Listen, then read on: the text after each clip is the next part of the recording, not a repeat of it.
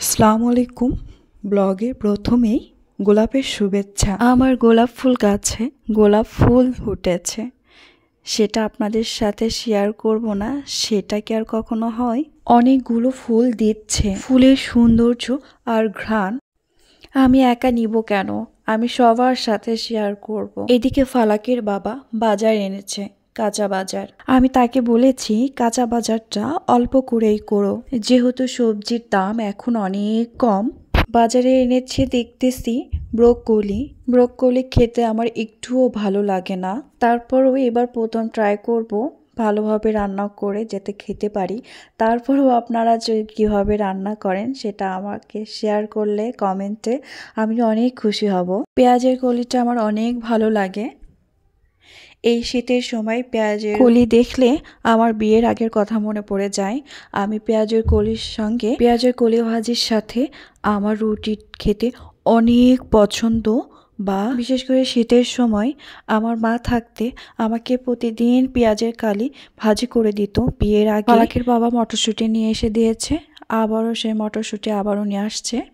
আর এদিকে কাঁচকলা আবার আমার শাশুড়ির ভাজি করে খেতে অনেক পছন্দ। সবজি বক্সে রেখে আমি দুপুরের রান্নার প্রস্তুতি নেব। আজকে রান্না করব লাউ, চিংড়ি, বড়ি, ডাল আর মাছ। এত কিছু ভিডিওতে আমি দেখাই নাই, ভিডিওটা অনেক বড় হবে বলে। আমার এই ছোট্ট পরিবারটা যদি আপনার ভালো লেগে থাকে প্লিজ সাবস্ক্রাইব করবেন আমার চ্যানেলটা, সাথে থাকা ছোট্ট বেল আইকনটি ক্লিক করবেন যাতে পরবর্তীতে আমি ভিডিও দিলে সর্বপ্রথম আপনার ফোনে নোটিফিকেশন। আমি জানি পাবলিক সেক্টরে কাজ করা সো টাফ। আমার এই ছোট্ট পরিবারটা একটু একটু করে বড় হতে অনেক সময় লাগবে, সেটাও আমি জানি। আমরা জানি ধৈর্য ধরাটা অনেক কঠিন। আমিও থেকে থেকে ধৈর্য হারা হয়ে যাচ্ছে, মনে হচ্ছে থেকে থেকে ভিডিওটা আর না দিই। একটা ভিডিও মেক করার পিছনে সময়, শ্রম দুইটাই অনেক দিতে হয়। আশা করি আস্তে আস্তে আমার প্রতি আপনাদের একটা সফট কর্নার তৈরি হবে, আমারও যে হবে এটা বলার অপেক্ষায় রাখে না। এখানে আমি তেলাপিয়া মাছ আজকে রান্না করব আলু টমেটো দিয়ে।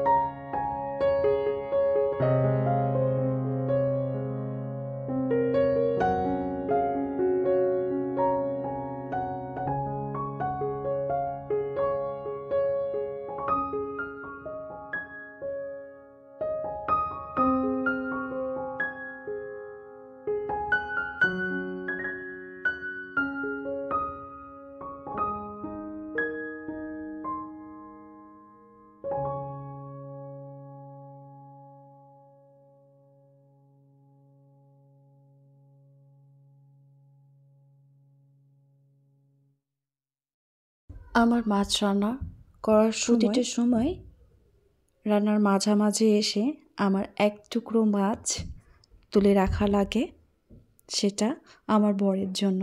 কারণটা হচ্ছে ও ধনিয়া পাতা খায় না, আর ধনিয়া পাতা আমার অনেক পছন্দ, এই জন্য ওর জন্য আলাদা করে তুলে রেখে বাকিটা ধনিয়া পাতা দিই। এতক্ষণ আমার সাথে থাকার জন্য অনেক ধন্যবাদ। ভিডিওটা যদি ভালো লেগে থাকে প্লিজ সাবস্ক্রাইব করবেন আমার চ্যানেলটা, প্লিজ। আমার রান্না শেষের দিকে, আশা করি আল্লাহ আপনাদের ভালো রাখুক। যে যেখানে আছেন আল্লাহ আপনাদের মনের আশা পূরণ করুন। আল্লাহ হাফেজ।